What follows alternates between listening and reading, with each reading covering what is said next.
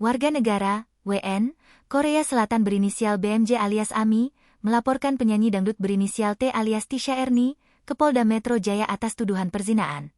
Kabid Humas Polda Metro Jaya, Kombes Ade Ari Syam Indradi mengatakan, T dilaporkan bersama suami BMJ, yakni WMG. Laporan diterima Polda Metro Jaya hari Rabu, 6 Maret 2024 tentang dugaan tindak pidana perzinaan dan atau menghalangi pemberian ASI eksklusif. Terlapor WMG dan S alias T, ujar Ade melalui pesan singkat, Jumat, 8 Maret 2024. Ade menyampaikan, polisi masih mendalami laporan tersebut. Dalam video yang diunggah di media sosial, tampak Ami mencurahkan isi hatinya terkait sang anak yang diambil oleh T dan WMG. Ami mengaku, terlapor menyewa polisi dan security untuk mengawal. Sebelum keduanya pergi, Ami hanya diperbolehkan melihat sang anak selama 5 menit dari kejauhan. Sambil menangis, Ami menyampaikan, ia hanya ingin berkumpul kembali dengan anak-anaknya.